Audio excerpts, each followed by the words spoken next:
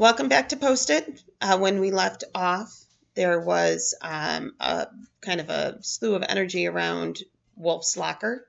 It had been freshly painted, but more importantly, there was a bunch of people that had written really positive messages like, "We're with you," and "You're amazing," and "We're proud of you," and rainbows. And they'd actually covered up a large majority of the locker.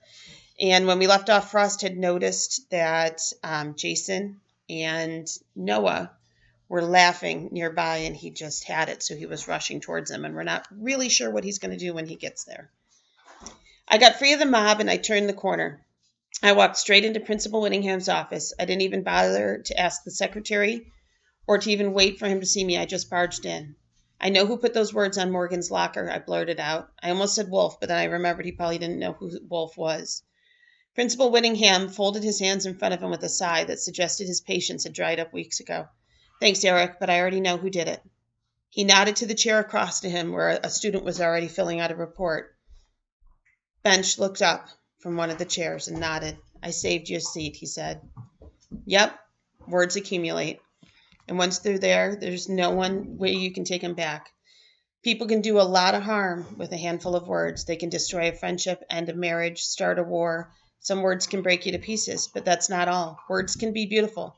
They can make you feel like you've never felt before. Gather enough of them, and then you can stick those same pieces back together, provided they're the right words. But this takes more courage than what you think. I went to Wolf's house that night after I told Mr. Whittingham everything I knew, after Jason was called down to the office and not seen for the rest of the day. Wolf's mother met me at the door. She looked exhausted. Her eyes were swollen, her shoulders were slumped, and I wondered out loud if it was a bad time. But she and Mr. Thompson both welcomed me inside. "He's upstairs in his room," Mrs. Thompson said. "I'm sure he'd like to see you." I had my doubts, though. I tiptoed upstairs and I stood for a moment outside of Wolf's room with its colorful musical notes painted on the doorway. Any other time I probably would have barged right in. But this time I fished a Post-it note out of my pocket that I'd brought for this purpose, and I slipped it underneath the door. It said, "Knock, knock." After a few seconds, I heard him laugh. It was the first time I heard Wolf laugh in days, and it made me smile. He opened the door. "Hey, Frost," he said, motioning me inside. But I stopped in the doorway. His room looked so strange without those planes dangling from the strings, the cars lined up on his shelves. It wasn't just empty, it felt hollow, as if a part of Wolf had been carved out and scattered all over the backyard. "I didn't see you at school today," I said. And by the looks of him, I guessed that he probably hadn't even left his room all weekend. He sat on his bed with his back pressed to the wall, knees together, arms wrapped around him, as if he was determined to take up as little space as possible. "I wish you could have been there." "Yeah, I already know about the notes, if that's what you mean," he said. "It's not as if I don't hear things." He didn't sound angry exactly, but I still couldn't help but think there was an accusation in there somewhere. "Was it Rose?" I guessed. Wolf nodded. "Yeah, she also told me you went to Mr. Whittingham's office." "Thanks for that." I shrugged. To be honest, Bench beat me to it. Wolf seemed surprised. Obviously, Rose hadn't told him everything. "Well, that's Bench for you. Always have to be the first at everything." I wanted to tell Wolf the rest, about our shouting match, the things Bench said, how it had nothing to do with Wolf and everything to do with him. "He said it isn't about you, but it was. It was about all of us." Maybe Wolf could sympathize with Bench feeling out of place and not knowing where he belonged. "He wants you to know he's sorry," I said. "Bench told you that?" "Not in so many words," I said. "It doesn't take that many," Wolf remarked. And for a second I saw the flash of anger. The same one I saw when he slammed the note on Jason's desk, when he drove his brother's bat into his bottle bomber. Wolf shook his head. "He doesn't need to apologize. He isn't the one who wrote that on my locker. I know who it was all along. I mean, it's not like it's the first time he wrote that."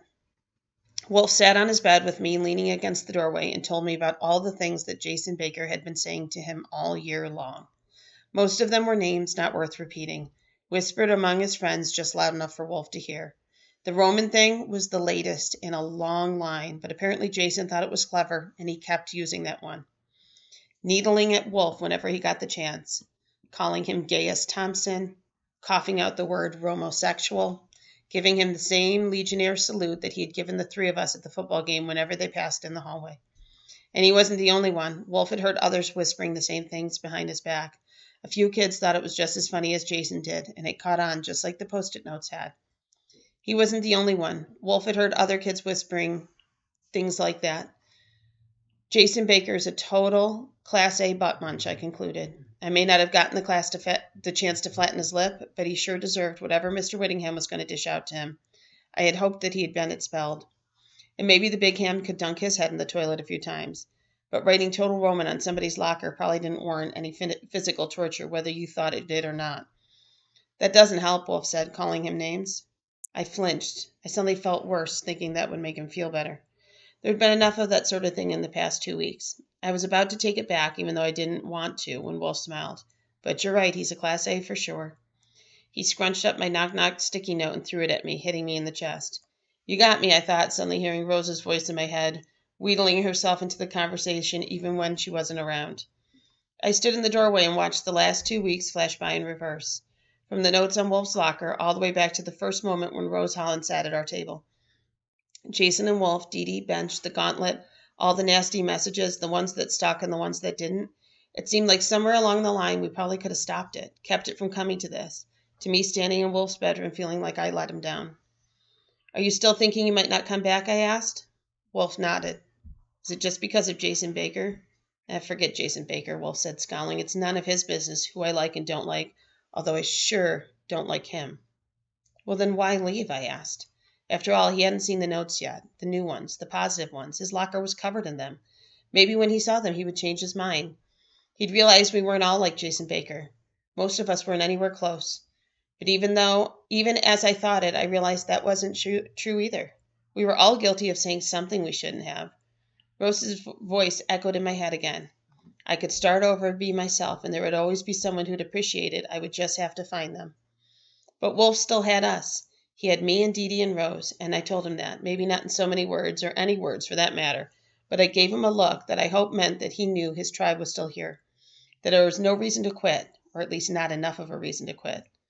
Sometimes you need a change of venue, Wolf said. I'm not leaving you guys behind, it's just this whole year so far. He stopped, tapping his fingers on his knees for a moment, maybe playing a familiar tune or just making one up in his head. I just need to get away from the noise. I think maybe a new school would be best for me. I nodded, and I understood. Maybe a little. I didn't know how it felt to be Wolf, of course, but I knew what it was like to need space. It was hard enough trying to figure out who you were and who you liked, what you believed and what you're good at, and it's harder with everyone else telling you what you should or shouldn't be. And even if you did figure it out, you still had to summon the courage to actually be that person, regardless of what people actually think.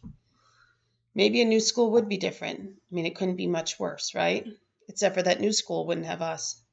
I'm sorry, I said. I'm sorry if I let you down. I'm sorry if I wasn't there all the time. You're here now, Wolf said matter-of-factly. Ever the voice of reason, we counted on him for that. Maybe this is what he counted on me for.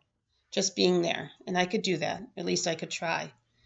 We stared across the room at each other for an eternity while I worked up the guts to say something emotional and blubbery and totally against the rules. Something cheeseball-y like I'm with you every step of the way, or some of those fortune cookie nuggets pulled directly from the Post-its. But Wolf saved me by standing up all of a sudden with a grin on his face and a look that I think he picked up from Rose. I haven't had dinner yet, he said.